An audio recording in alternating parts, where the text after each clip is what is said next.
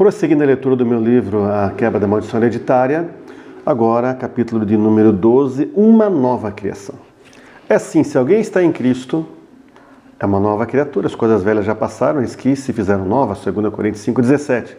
Portanto, se alguém está em Cristo, é nova criação, as coisas antigas já passaram, eis que tudo se fez novo, 2 Coríntios 5,17, King James atualizado. Muitas pessoas tomam esse versículo acima como uma resposta pronta para defenderem a tese de que não é necessário quebrar maldições. Como explicamos no capítulo anterior, quando falamos em quebrar maldições, estamos nos referindo à necessidade de nos apropriarmos da quebra que já foi feita através do preço pago por Jesus Cristo, através de sua morte vicária, substituta na cruz do Calvário. É aquilo que ele já fez que trazemos para a nossa realidade, do mesmo modo que agimos quando oramos por libertação, cura, etc. No reino do Espírito já está pronto, já foi consumado, e assim aplicamos esta realidade à situação onde há necessidade de restauração na vida de filhos de Deus. Este é o papel que nos cabe como ministros do Evangelho de Jesus Cristo, trazermos libertação aos cativos. A nova criação está no novo homem, pois o velho homem ainda está em nós e precisa ser totalmente restaurado.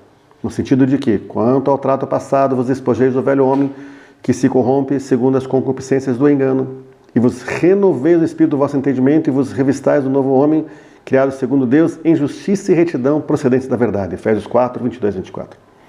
A restauração é necessária no espírito, alma e corpo. Tendo, pois, ó amados, tais promessas, purifiquemo-nos de toda impureza, tanto da carne como do espírito, aperfeiçoando a nossa santidade no temor de Deus. 2 Coríntios 7, 11.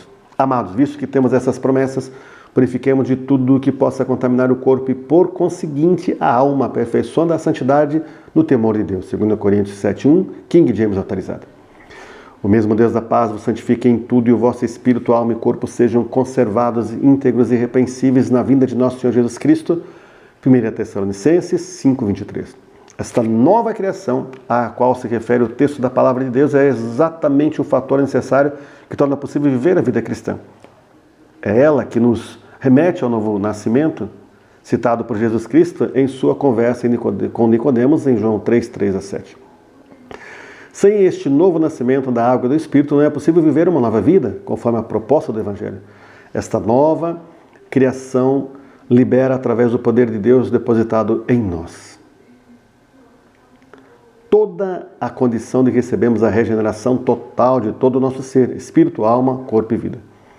O texto não nos diz que todo o nosso passado está automaticamente resolvido. É ainda necessário resolver cada questão do nosso passado, através da apresentação de arrependimento genuíno a Deus, por cada pecado praticado. A lei da responsabilidade diz que a alma que pecar, esta morrerá. E ainda o nosso arrependimento por identificação pelos pecados dos nossos antepassados. A lei da herança declara, ainda que não inocenta o pecado e visita a iniquidade dos pais nos filhos. O Senhor, em momento algum, nos isenta de resolvermos diante dele aquilo que nos afastou da sua presença. Mas as vossas iniquidades fazem separação entre vós e o vosso Deus, e os vossos pecados encobrem o seu rosto de vós, para que não vos ouça. Para que não nos ouça. Isaías 59, 2. Aquele que recebeu esta nova criação, nasceu de novo, estará interessado em santificar o seu passado. O que encobre as suas transgressões jamais prosperará, mas os que as confessa e deixa alcançará a misericórdia. Provérbios 28, 13. Muitos simplesmente deixaram de praticar religiões, pecados sexuais, vícios e tantas outras coisas, achando que assim estão quites com Deus. Porém, a palavra de Deus traz princípios que são invioláveis, que não mudam, por mais que alguns queiram mudar esses conceitos estabelecidos pelo Altíssimo. Deus não contraria sua própria palavra e não altera seus princípios, por mais que queiram oficializar os pecados da humanidade, pois Deus jamais mudará sua forma de agir com o pecado. Como vimos no texto acima, aquele que confessa e deixa alcançará a misericórdia. Não basta deixar, tem que fazer confissão. A confissão traz o perdão e a cura. Se confessarmos nossos pecados, ele é fiel e justo para nos perdoar os pecados e nos purificar de toda injustiça. 1 João 1,9. Interessante vermos aqui a expressão se confessarmos. É uma condição. Sem confissão de pecado não há perdão.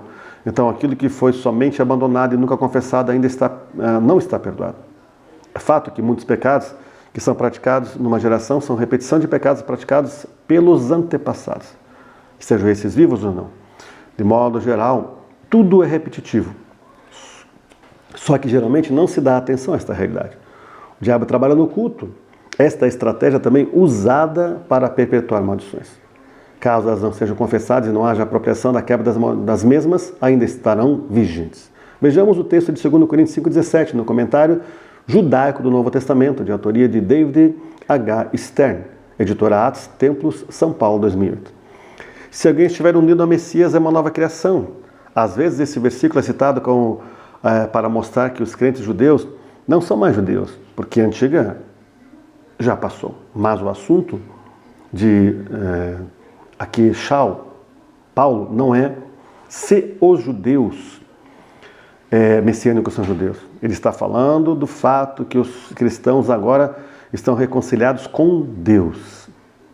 A vida antiga sem reconciliação e cheia de pecado agora faz parte do passado. Mas eles continuam sendo seres humanos, tendo características e alianças humanas.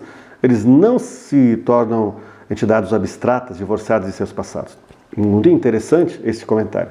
Concordo que com a nova criação não estamos divorciados de nosso passado, mas sim em condição de resolver este passado, já que foi levado por Jesus Cristo na cruz do Calvário. Vejamos Romanos 8:1. Portanto, agora nenhuma condenação há para os que estão em Cristo Jesus, que não andam segundo a carne, mas segundo o Espírito.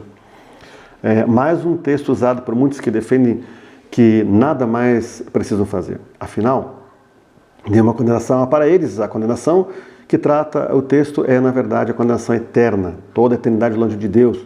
Quando confessamos Jesus como nosso Salvador e Senhor, temos o nosso nome escrito no livro da vida, para de lá jamais ser apagado.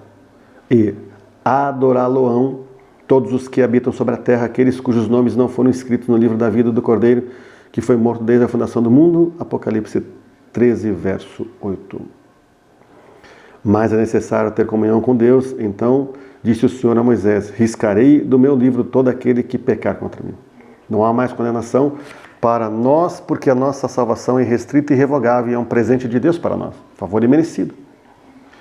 Porém, para vivermos uma vida em abundância, como Jesus nos deu morrer em nosso lugar no madeiro, precisamos tratar da questão das heranças.